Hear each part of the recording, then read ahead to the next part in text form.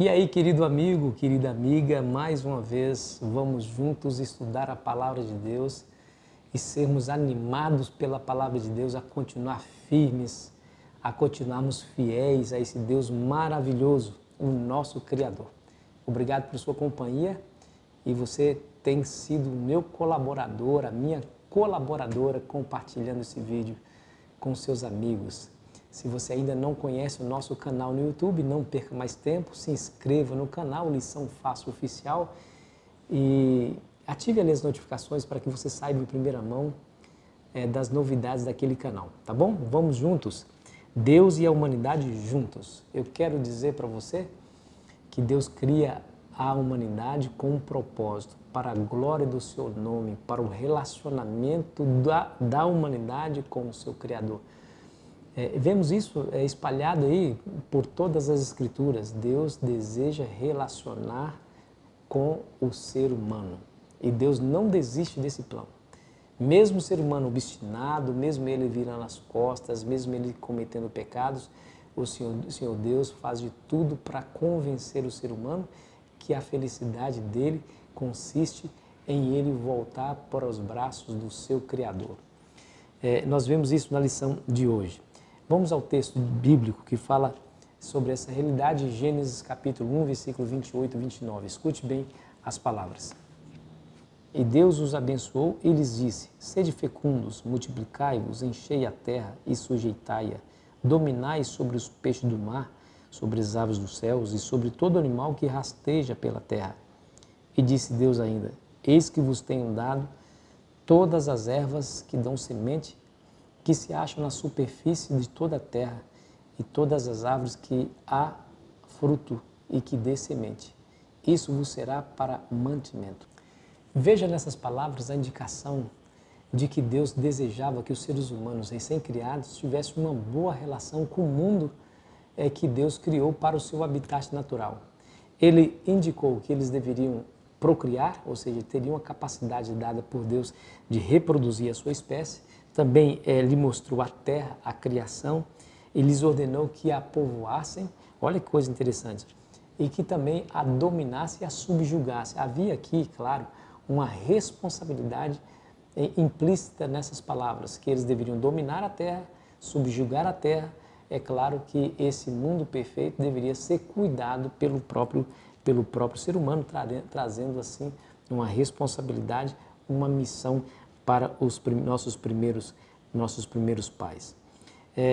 Eles deveriam ter esse relacionamento saudável com a natureza que estavam ao seu redor, que foi criada pelo próprio Deus. Mas veja também que Deus tem aí, nessas palavras, a indicação do bom relacionamento que ele desejava ter com Adão e Eva. Porque Deus fez Adão e Eva seres inteligentes, capazes de ouvir as ordens de Deus, receber a missão de Deus, cumprir essa missão. E isso só se faz em um ambiente onde um fala e o outro entende. Essa é a base de toda comunicação. O que você fala deve ser a mesma coisa que o outro entende. E essa harmonia, essa comunicação demonstra aí exatamente a vontade de Deus em relacionar-se com Adão e Eva, os nossos primeiros pais. O ambiente era perfeito, Adão e Eva também era, Deus é perfeito, então tudo estava em plena e perfeita harmonia. Que coisa maravilhosa, que coisa. Deus falou com Adão e Eva, deu-lhes uma ordem e uma missão, demonstrando assim que deseja estar bem pertinho deles no cumprimento dessa própria missão que Deus havia dado para eles. Bom, além disso, o verso 28 diz: Deus abençoou Adão e Eva.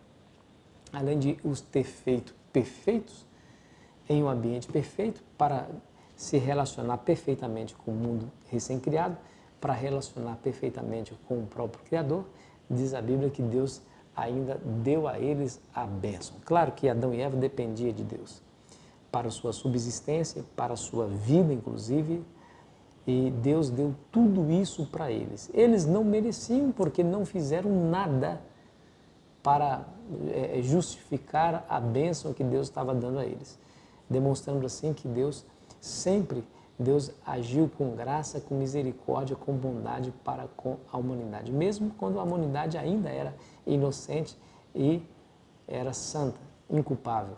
Deus demonstra que a sua graça sempre existiu. Que coisa maravilhosa, né? Eles eram somente receptáculos, receptores das bondades e das bênçãos do nosso Criador. Quando nós vemos tudo isso, nós percebemos que tipo de relacionamento Deus deseja comigo e com você. Ele te criou com a capacidade de raciocínio. Ele lhe criou com a capacidade de exercer ou demonstrar emoções, ou seja, de amar, de sorrir. Ele lhe criou com a capacidade de ser bondoso, misericordioso, de maneira que você interaja muito bem e harmonicamente, não somente com o mundo onde você vive, mas também com as pessoas que estão ao seu redor. Que tipo de relacionamento Deus quer ter com você? O mesmo relacionamento que Deus desejou e nutriu com Adão e Eva. Ele nos fala ao coração, Ele nos dá uma missão, como deu a Adão e Eva. Ele espera que respondamos positivamente a essa missão e Ele se coloca à disposição para nos abençoar, para nos nutrir, para nos proteger, para nos guardar. Tudo isso por meio da graça e bondade do nosso Deus. Esse é o desejo que Deus quer, Deus tem no coração em relação a você e a sua família. Em outras palavras, o Senhor Deus deseja ser o seu melhor amigo.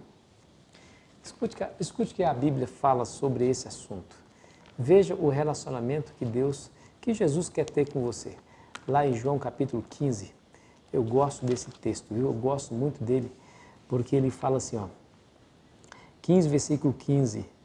Já não vos chamo de servos, porque o servo não sabe o que faz o seu senhor, mas tenho-vos chamado amigos, porque tudo quanto ouvi de meu Pai vos tenho dado a conhecer. Olha que coisa extraordinária. Como pode isso?